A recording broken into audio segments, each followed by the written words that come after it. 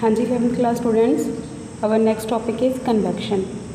Convection is a process by which heat is transmitted through a substance from one point to another due to bodily motion of the particles of the substance. Means इसमें क्या होएगा कि जो heat transfer होएगी one point two another, उसमें particles भी move करेंगे साथ में.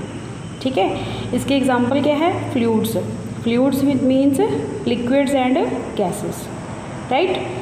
So in liquid and gases, heat is transferred from one point to another by the process of convection. Clear students? Next we have applications. Convection plays an important role in ventilation and in heating and cooling system of the houses. हमारे घरों में बच्चे ventilators होते हैं ना, खिड़कियाँ. Ventilators जो होते हैं वो ऊपर साइड पे, और जो खिड़कियाँ होती है वो हम नीचे बनाते हैं. उसका क्या रीज़न है? When the air come in contact with the surface, as the surface has at higher temperature, the air come in contact with this surface get heated up and become lighter. Lighter हो जाएगी तो वो upward direction में move कर जाएगी, and through ventilators go outside from our room, and from windows cool air take the place of the air that goes up. So this process is continuous. This is called convection. Particles move कर रहे हैं ना, ठीक है. Then it plays an important role in the formation of trade winds.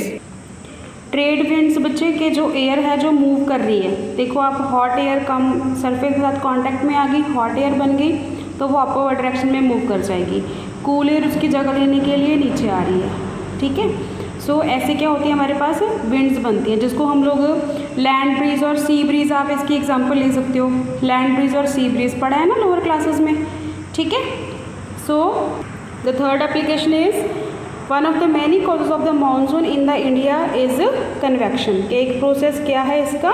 Convection का ही process है. जो monsoon आते हैं इंडिया में उसमें भी क्या होती है, एयर जो है वो one place to another place move करती है. कूल और hot air means heat energy transfer होती है जब वो कांटेक्ट में आते हैं, ठीक है.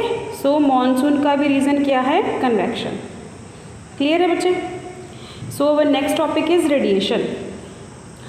Radiation it is a process by which heat is transmitted from one place to another without heating the intervening medium. कि हीट जो है वो एक जगह से दूसरी जगह तक मूव कर रही है, लेकिन जो इन बिटवीन मीडियम है उसके ऊपर ज़्यादा इफेक्ट नहीं होएगा, ठीक है. इसकी एग्जांपल क्या है कि जो सनलाइट पहुंच रही है हमारे अर्थ सरफेस के ऊपर, उसको क्या बोलते हैं हम लोग? रेडिएशन, ठीक है. जो सनलाइट पहुंचती है अर्थ सरफेस के ऊपर, this is called radiation. Next we have few definitions. One of them is perfect black body. It is the one which absorbs heat radiation of all the wavelength which fall on it and emit the radiation when heated. Means के जो ये black body है इसके ऊपर जो भी heat radiations fall करेंगी वो उसको एब्जॉर्ब भी कर लेगी, ठीक है. और जब हम इसको हीट करेंगे तो वो सारी की सारी रेडिएशंस को एमिट भी कर देगी, ठीक है. This is called perfect black body. But in actual there is no existence of such a body. Clear? Next is Wien's displacement law. Wien's displacement it states that the product of the wavelength of maximum emission, मतलब जो सबसे maximum wavelength की light है अमिट हो रही है, and corresponding to absolute temperature. जब हम किसी बॉडी को हीट कर रहे हैं, ब्लैक बॉडी को, और वो वेवलेंथ अमिट कर रहा है, मैक्सिमम वेवलेंथ वाली लाइट अमिट कर रहा है, इनका प्रोडक्ट क्या होएगा? हमेशा कांस्टेंट के equal. And this constant is called Wien's constant. और इसकी वैल्यू कितनी होती है? दिस वन, ठीक है. 0.002898 मीटर केल्विन ऐसे यूनिट्स. इसके एग्जाम्पल आप ले सकते हो बच्चे. जब हम हीट करते हैं किसी भी सब्सटेंस को, सबसे पहले वो रेड में चेंज होता है, रेड कलर में. फिर से हीट करते जा रहे हैं तो वो रेड से क्या हो जाता है? येलो कलर में चेंज हो जाता है. रेड कलर की वेवलेंथ क्या होती है? ज़्यादा. येलो की वेवलेंथ क्या होती है? कम. क्योंकि हम लोग टेम्परेचर इंक्रीज कर रहे हैं ना, मल्टीप्लिकेशन क्या रहनी है उनकी? कांस्टेंट. टेम्परेचर इंक्रीज कर रहे हैं मतलब ये टर्म डिक्रीज होएगी ताकि इनकी मल्टीप्लिकेशन जो है वो कांस्टेंट रहे.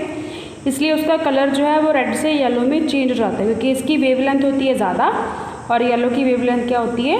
कम, ठीक है. कम टेम्परेचर ज़्यादा, ये कम, मल्टीप्लिकेशन की रहेगी हमेशा constant. Clear? Next is Stephen's law.